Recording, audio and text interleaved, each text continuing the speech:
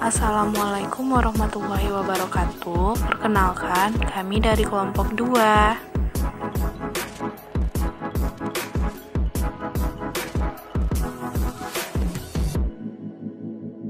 Perkenalkan, nama saya Zakia Azahra, NIM 190340045. Perkenalkan, nama saya Putra Adil, NIM 19034075. Nama Muhammad Naufal, NIM 19034071.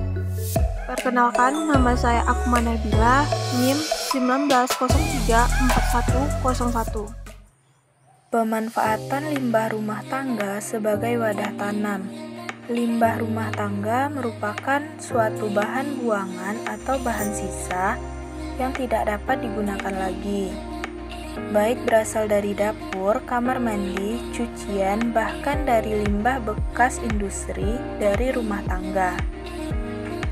Limbah dari rumah tangga ini terbagi atas 3 macam, yaitu sampah organik, sampah anorganik, dan sampah D3.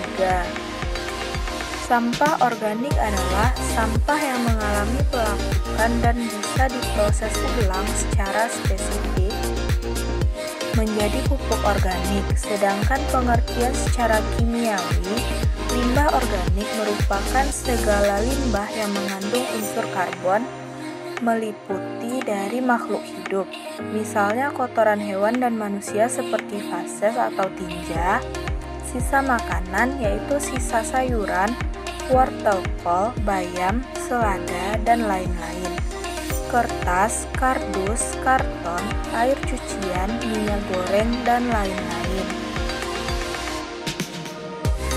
Sampah anorganik adalah sampah yang tidak mengalami proses pelapukan tapi bisa didaur ulang menjadi bahan lain.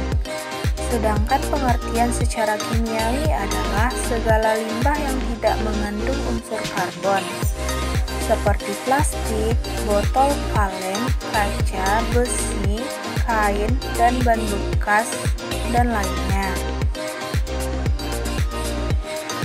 Dan sampah B3 adalah sampah yang tidak bisa diolah dengan teknologi sederhana, akan tetapi memerlukan pengolahan secara khusus dan menggunakan teknologi tinggi. Contohnya baterai, obat-obatan, cat, dan lainnya. Apabila limbah ini tidak dimanfaatkan dengan baik dan dibiarkan menumpuk, maka akan dapat meracuni dan mencemari lingkungan. Hal itulah yang menyebabkan dampak pada lingkungan di sekitar, sehingga menyebabkan permasalahan seperti pencemaran udara, tanah, maupun pencemaran air. Pencemaran tersebutlah yang menyebabkan pemanasan global atau yang sering disebut dengan efek rumah kaca. Penyebab pemanasan global dari limbah rumah tangga. Pencemaran lingkungan oleh limbah rumah tangga disebabkan oleh pengolahan limbah rumah tangga yang tidak baik, seperti 1. Pada limbah organik, seperti dari kegiatan rumah tangga. Limbah padat organik pada rumah tangga ini akan didegrasi oleh mikroorganisme yang akan menimbulkan bau yang tidak sedap atau busuk. Akibatnya, penguraian limbah tersebut menjadi lebih kecil yang disertai dengan pelepasan gas yang berbau tidak sedap. Bau tidak sedap ini menyebabkan polusi udara yang memicu terjadinya efek rumah kaca. 2. Pada limbah anorganik, seperti plastik dan botol garing. Limbah anorganik seperti plastik dan botol garing ini akan difotodegrad atau terurai oleh cahaya matahari dan akan menyebabkan pemanasan global. B. Akibat limbah rumah tangga. A. Penyebab gangguan kesehatan. Air limbah rumah tangga yang berasal dari toilet mengandung bakteri E. coli yang dapat menyebabkan penyakit perut seperti tifus, diare, kolera, dan lain-lain. Apabila tidak diolah secara memadai, limbah toilet bisa merembes ke dalam sumur. Apalagi bila jarak antara sumur dan septic tank tidak sesuai buku mutu, seperti yang banyak kita temui di pemukiman yang padat. Bila air sumur yang tercemar tersebut dimasak, bakteri akan mati, tetapi bakteri tetap dapat menyebar melalui proses lain seperti cuci piring, mandi, gosok gigi, wudhu, dan kegiatan menggunakan air sumur lainnya tanpa melalui proses yang dimasak. B. Mengganggu keseimbangan ekosistem. Limbah cuci mengandung bahan kimia deterjen yang dapat mempengaruhi tingkat keasaman tanah. Limbah dengan kandungan bahan kimia yang dibuang ke sungai dapat mematikan tumbuhan dan hewan tertentu yang hidup di sungai. Keadaan ini dapat merusak ekologi sungai secara keseluruhan dalam waktu yang berkelanjutan. Air yang mengandung kadar oksigen dan bisa berkurang saat ada komponen lain masuk ke dalamnya.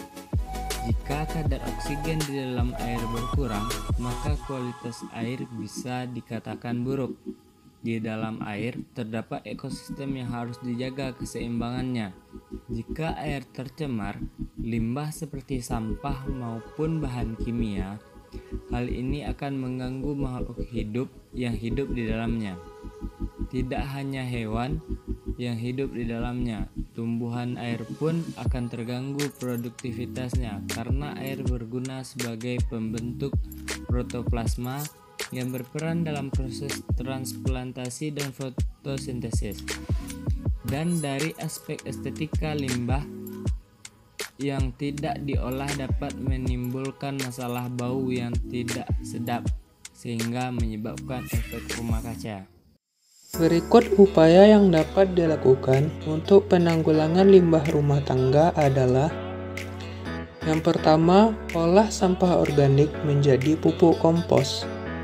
Cara mudah mendaur ulang limbah organik adalah dengan mengolahnya kembali menjadi pupuk kompos yang bisa digunakan untuk tanaman hias ataupun kebun yang kamu buat di halaman rumah. Yang kedua, batasi pemakaian deterjen untuk mengurangi limbah cair. Limbah rumah tangga yang menjadi penyebab utama rusaknya ekosistem sungai dan laut adalah limbah cair. Limbah rumah tangga ini sebagian besar dihasilkan dari aktivitas mencuci dan mandi.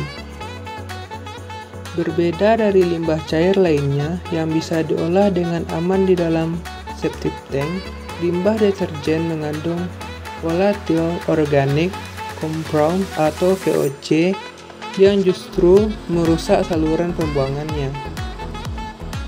Pemakaian deterjen dan pelembut pakaian dapat dikurangi dengan beralih menerapkan cara yang lebih konvensional.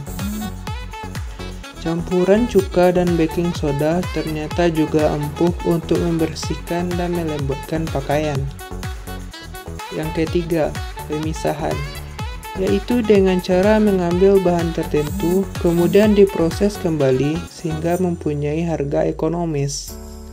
Dan yang terakhir yaitu mendaur ulang barang terpakai. Barang yang habis masa gunanya bisa dimanfaatkan kembali menjadi sesuatu yang baru dan bermanfaat.